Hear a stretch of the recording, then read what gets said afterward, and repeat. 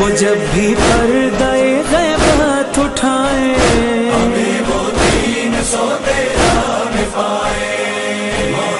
اعوذ باللہ من الشیطان اللعین الرجیم، بسم اللہ الرحمن الرحیم۔ اللہم صل علی محمد وآل محمد وعجل فرجہم۔ قال اللہ الحکیم، بقیت اللہ خیر لکم ان کنتم مؤمنین۔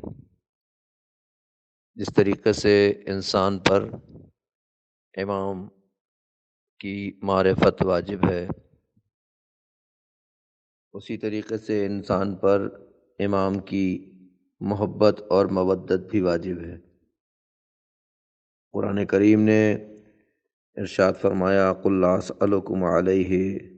أَجْرًا إِلَّا الْمَوَدَّةَ فِي الْقُرْبَى۔ رسالت کا اجر قرآن نے مودت قرار دیا ہے، اور ہر انسان پر اس اجر رسالت کی ادائیگی مودت قربا کے ذریعے سے ضروری ہے۔ اور قربا کی جو مثالیں ہیں، جو افراد ہیں قربا کے، وہ بہت ہی معین اور مشخص ہیں، اور ان افراد میں سے ایک فرد خود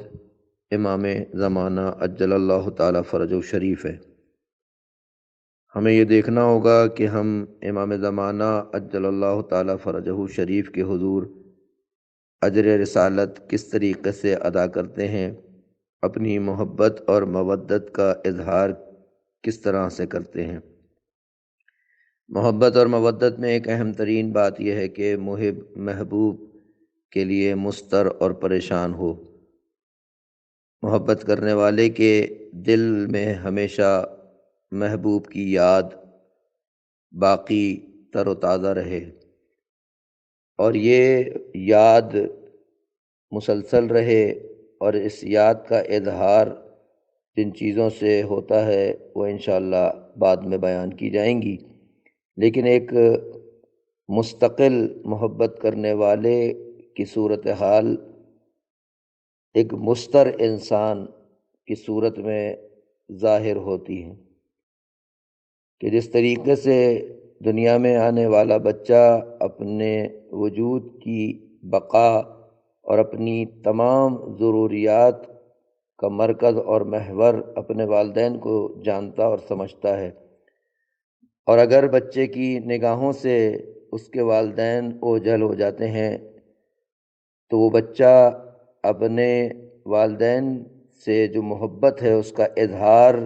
مضطر ہو کر گریے کی صورت میں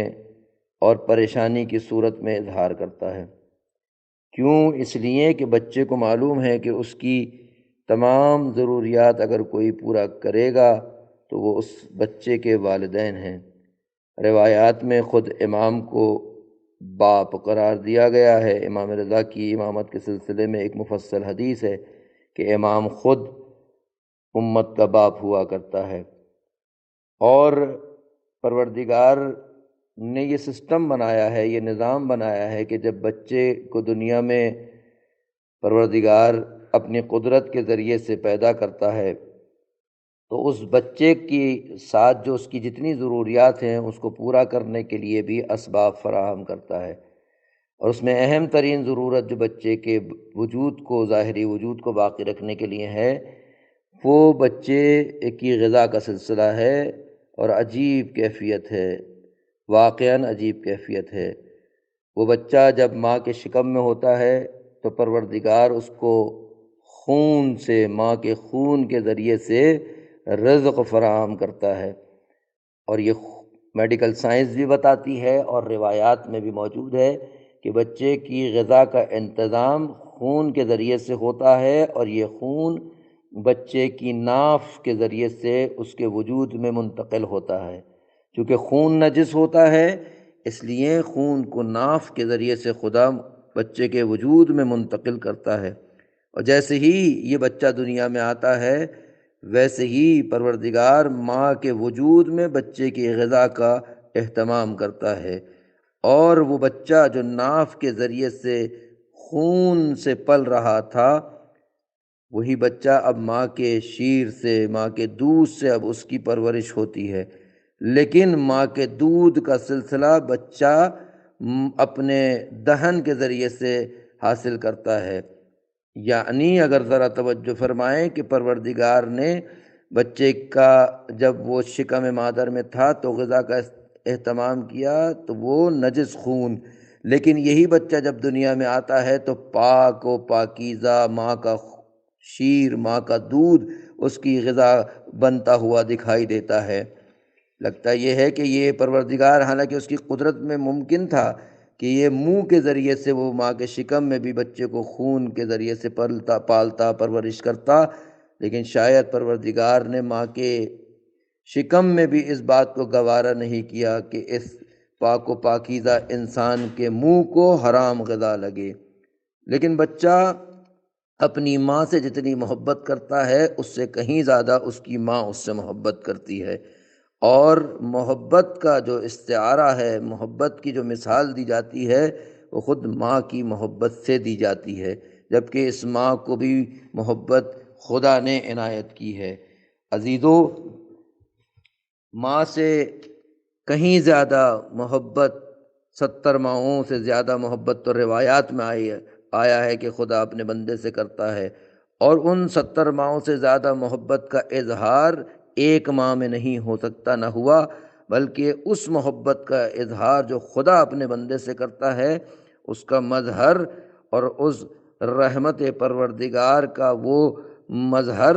امام وقت ہوا کرتا ہے۔ اب آپ دیکھیے، جو میں نے اتنی مثال دی اس کی ایک وجہ یہ تھی کہ ہم محسوس کریں،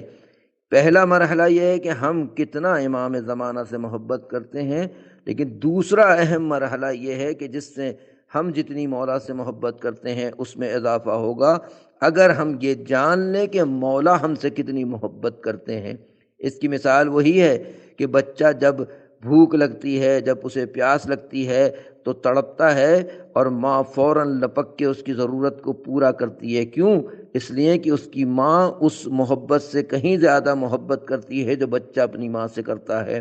اور بچہ یہ جانتا نہیں ہے کہ جب وہ پریشان ہوتا ہے تو ماں کے وجود میں اور مامتا میں جو تلاطم ہوتا ہے، اگر وہ بچہ جان جائے تو شاید اپنی حاجت کو بھول جائے۔ اسی طریقے سے ایک عاشق امام جب وہ پریشان ہوتا ہے تو امام زمانہ کے وجود میں، ان کے محبت میں ایک تلاطم برپا ہوتا ہے، اور ہماری جو ضروریات پوری ہوتی ہیں وہ امام زمانہ کے توسط سے اور ان کی محبت سے اور خدا کی دی ہوئی طاقت سے پوری ہوتی ہیں۔ اگر انسان یہ فقط جان جائے کہ اس کا امام اس سے کتنی محبت کرتا ہے تو شاید وہ راتوں کو سو نہ سکے، بلکہ ساری رات امام کے عشق میں، محبت میں مبتلا ہو کر مولا کی یاد میں پوری رات کو بسر کرے۔ السلام علیکم ورحمۃ اللہ وبرکاتہ۔ وہ جب بھی پردہ غیب